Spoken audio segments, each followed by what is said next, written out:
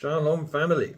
So early today, they eventually found the helicopter and they've confirmed the deaths of Ibrahim Raisi and everybody that was on board the chopper.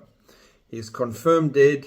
He became president of Iran in 2021. Now, it doesn't seem too long ago because, he's been a busy little guy.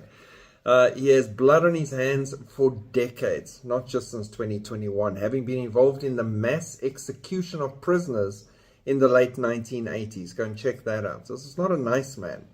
Raisi, 63 years old, previously ran Iran's judiciary, so deciding what laws pass and who gets executed and things like that.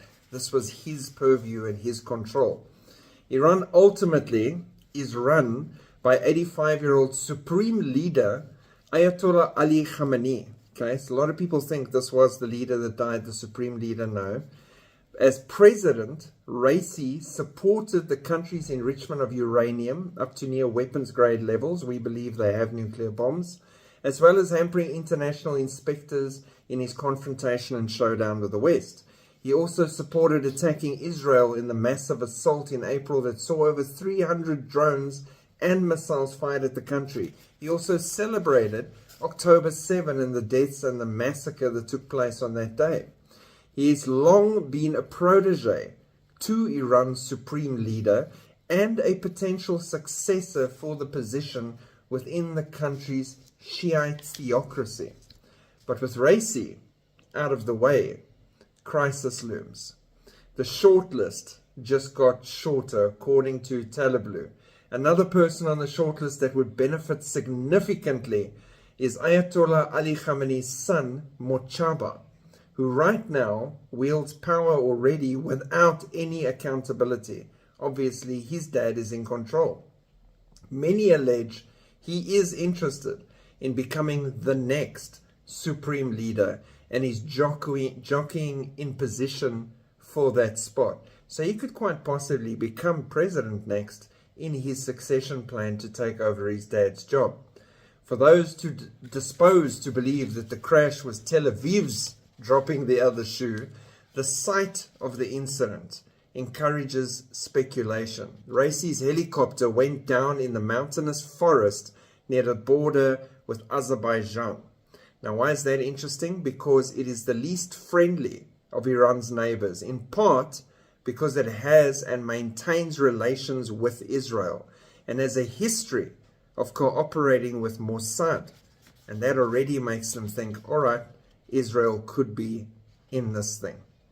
The weather, however, was the main suspect here. Iranian state media reported efforts to locate the crash site were impeded by fog, wind, and heavy rain, and released footage of rescue crews rushing through the enveloping mist, struggling to find them.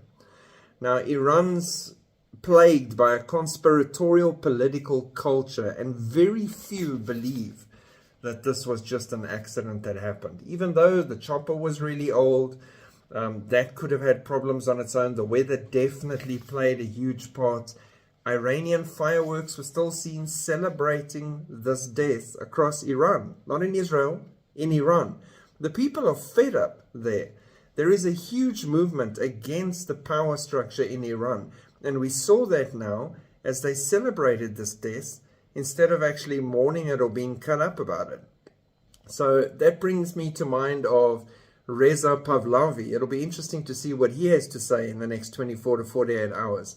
He's the last Shah of Iran's son who's living in exile in America at the moment. So what's Reza Pahlavi going to say? I don't see him coming back and taking power back at this point. Maybe in the future, but right now, no. Iran still needs to play a major part in the Gog-Magog war, in my opinion. They still need to continue to move against Israel along with Russia. And Reza Pahlavi is very pro-Israel. He's been to the Wailing Wall. He's sat down with Bibi. He's really pro-everything, and he wants peace with them. So maybe in a future point, in the 7-year peace treaty, maybe at that point he'll come in. But right now, I think it'll be a succession crisis with Mojtaba and whoever else is jockeying for position. But in my personal opinion, the way you look at these things happening in the Middle East, probably Mojtaba will slip into that role. It could be wrong, but we'll see. His dad wields the ultimate power. It only makes sense that he'd want to wield that power after him and slip into that position. How can I say, the repercussions of this whole incident is going to be far and wide. Within the BRICS nations as well, everybody is obviously responding to this. Russia's offered to assist in every way that they can.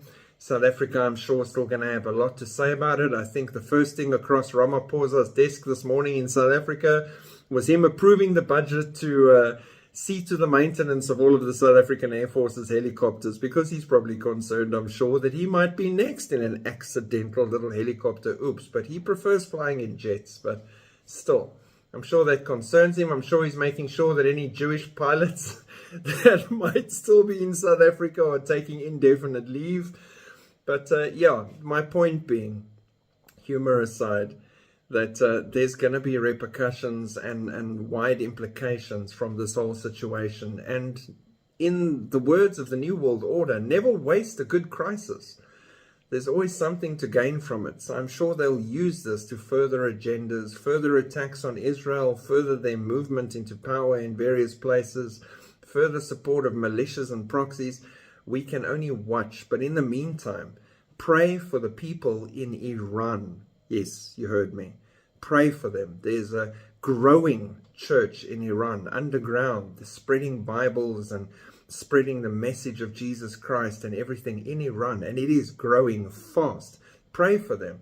Pray for those people, that they can have more breakthroughs, that more people will turn to Jesus Christ, that more Iranians that have not yet seen the light will realize that Allah was asleep on the job here. That where was their God in this mist and fog and everything, and this helicopter that went down? This amazing man in their religion that's achieving so much against Israel. Where was this God? Was he on a journey? Did he go shopping? Did he have discounts at Temu? Who knows? But the one true God is standing out more and more as the one true God. And people are seeing this more and more and having God moments. And we're praying for that people's lives can change. And they can turn around no matter who they are or where they are and come to Jesus Christ while there is still time. So pray for them, and pray for Israel, and pray for the church at large that is suffering massive persecution. Because we are out of here so soon with the way everything is coming together, with the speed at which everything is happening, that we should be doing a lot more praying so that we can achieve much more in the time that we have left. God bless. Keep looking up. Shalom.